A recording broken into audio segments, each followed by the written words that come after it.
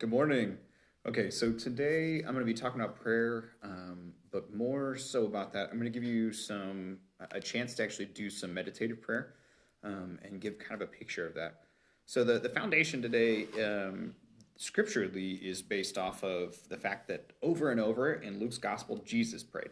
And I think that's a really important thing to pay attention to because Jesus is God, and so Jesus prayed to God, and giving this mentality of reconnection. And to me, this understanding comes into how I see the Holy Trinity. And the Trinity, Father, Son, Holy Spirit, are interconnected, are of the same substance but different persons, which are all kind of hard things to grasp in a world like ours that's temporal or is in this time frame. But with the Holy Trinity, to me, the basic understanding of Father, Son, Holy Spirit is that it is community.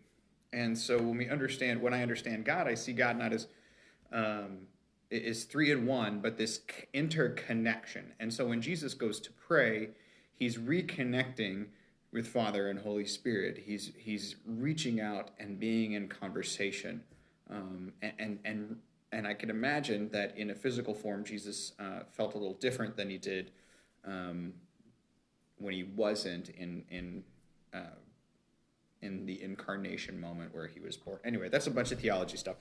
But so like when Jesus when he was baptized, the Holy Spirit came down on him, but not until after he was in prayer. And so this is one of the themes throughout Luke, is the meditation, prayer, etc. And so Luke 3:21, when everyone was baptized, Jesus also was baptized.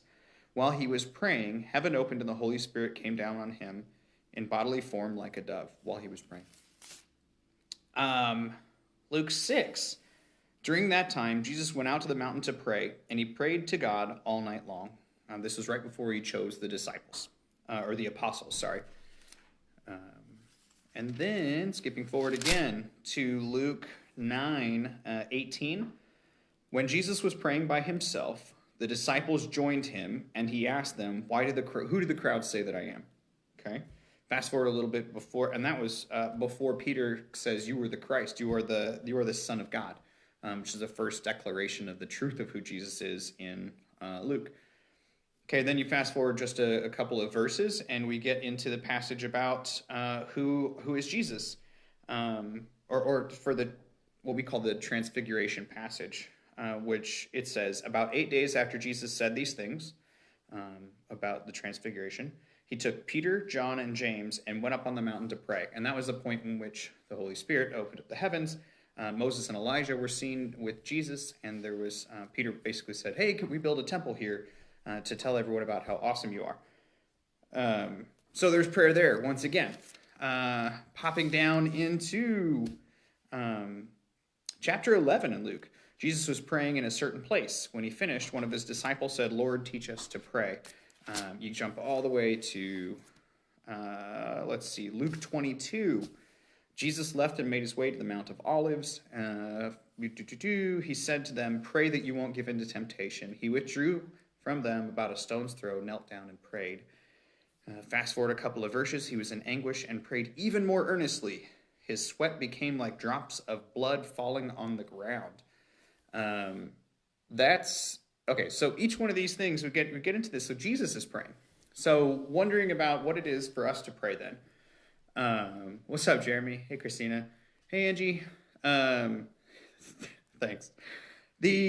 So we're talking about prayer, and in this space of what does that mean for us, right? Because sometimes we can get into there's a lot of different ways to pray. One is the petitionary prayer, and this is the classic, like, let me tell God what I need from God right now or from this world.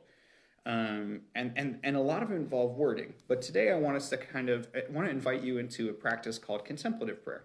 And specifically, we're going to take a couple of moments to breathe and then use a little bit of imagination. And this idea is to set us up to listen, to prepare us to hear.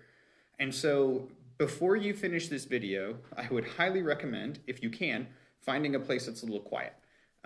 If your kids are around, grab some headphones, find some, plug those in or however you do that. But essentially, this will help because sometimes when you do contemplative prayer, if there are a lot of distractions, it does the opposite, like trying to find inner peace. I always picture Kung Fu Panda when Master Oogway is like, who is the turtle guy, right? Was over there like inner peace, and then Po comes up, the panda comes up and starts interrupting him. And each time you see Master Oogway like shudder with another interruption from Po.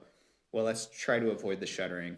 And so find a space that you can be a little quiet. Maybe that's sitting in your car if you're out working a day, or maybe that's hiding in the bathroom. Parents, sometimes you get a few extra minutes in there, or just turn off the TV and prepping yourself. So here goes. So contemplative prayer is about emptying your mind and opening yourself to what God might show us or lead us. But it has some very specific positives that come with it. One, it lowers our heart rate, it lowers our blood pressure, and it can lower our cortisol, which is our stress hormone in our body, and increase our serotonin, which is the hormone that gives us or promotes happiness in the body. And so just doing a basic 2 or 3 minutes of deep intentional prayer and deep intentional breathing can actually make you healthier.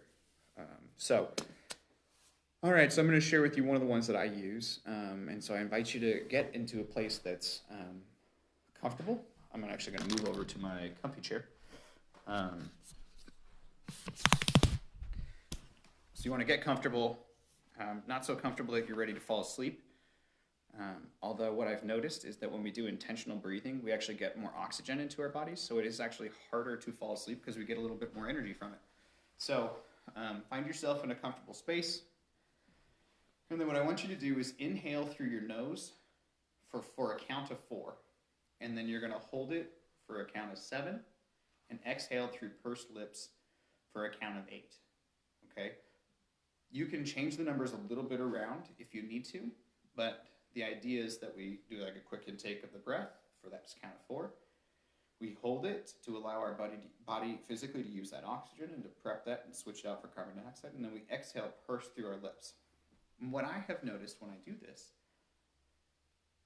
is that there is on the exhale, a lot of times tension will flow out of my shoulders.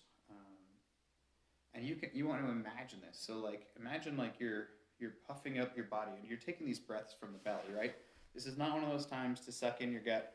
This is one of those times to like where you're bracing for a heavy lift, if those of you who lift, where you're inhaling through your belly and you're going to hold that and then you exhale. And as you exhale, it comes out. The air, the CO2. But I would like you to imagine as that happens that there is tension flowing out as well. So kind of imagine that as you breathe in this life, this love, this peace, and then hold that and then just kind of let the frustrations, let your muscle tensions drift into that space of breath. And when you exhale, let them go out. So we're going to try that a few times. And here's another thing. When you're doing these, go with whatever your count is at first, and then see if you can slow your count down.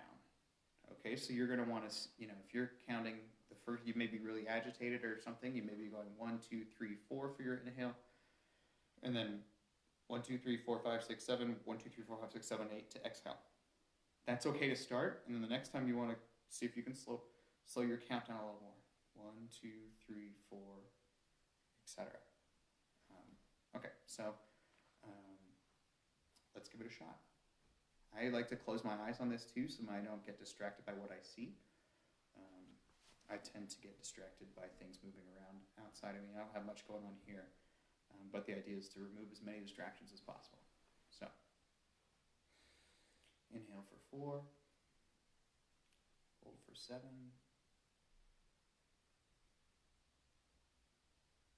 exhale through the mouth.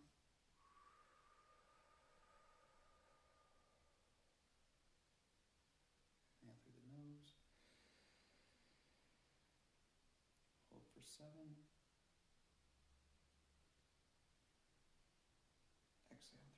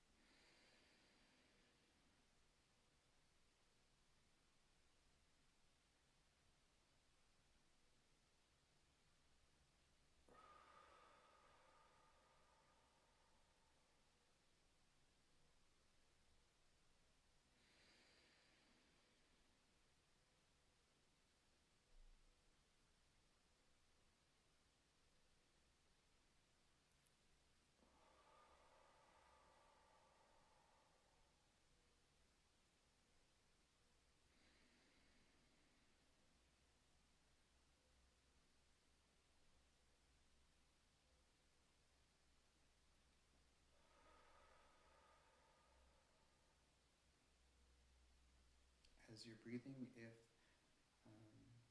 a thought comes into your mind, return back to the numbers.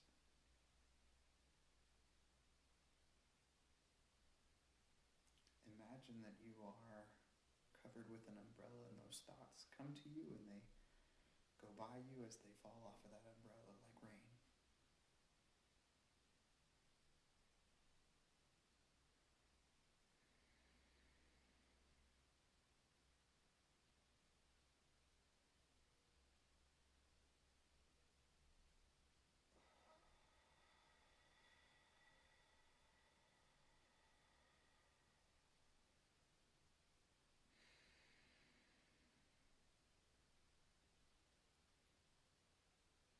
If a distraction comes, you can also greet it, acknowledge it, and then let it go.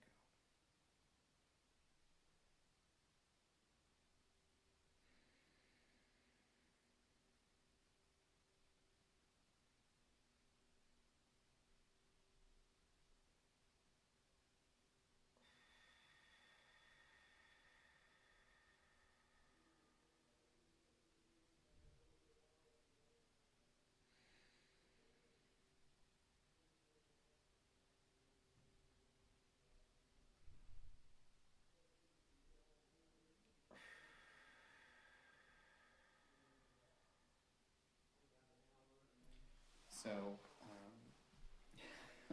there are only 2 people in the building. So essentially, I'd invite you to continue this. This helps for 2 to 5 minutes. You can go for as long as you feel comfortable.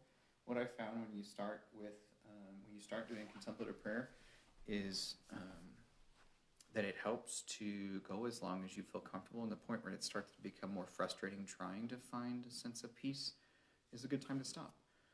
And you'll find that as you learn and as you try this, you will consistently find that you can go for longer, and also that the sense of peace will rest with you for longer. And so it's a really intriguing practice because it seems so simple. The other part is this is really helpful if you're having an incredibly stressful day, if you've gotten really bad news, if you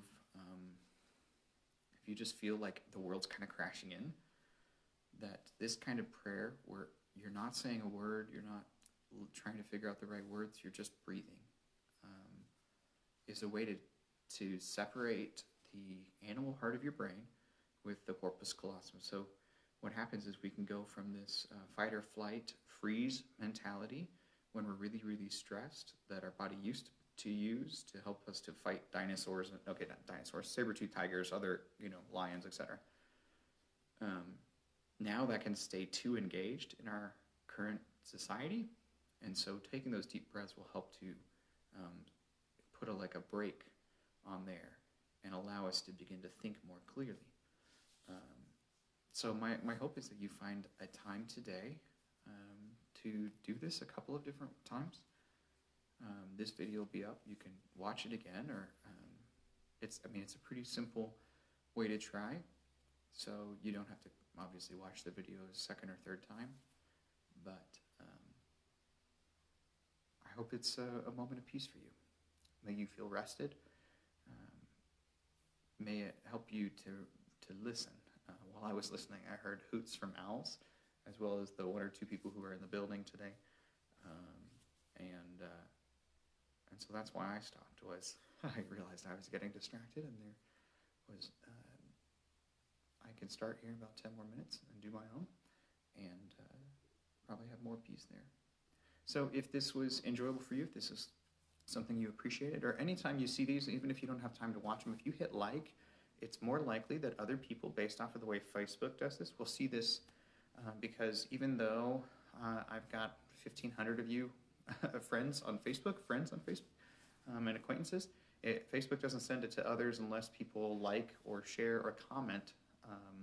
And so if you think this was helpful, or you've appreciated these in the past, click a like, send me a comment, let me know you appreciate it. I'm not doing this really for patting myself on the back at all. This is solely so that more people might get a little chance to have a little peace today. So may you be blessed.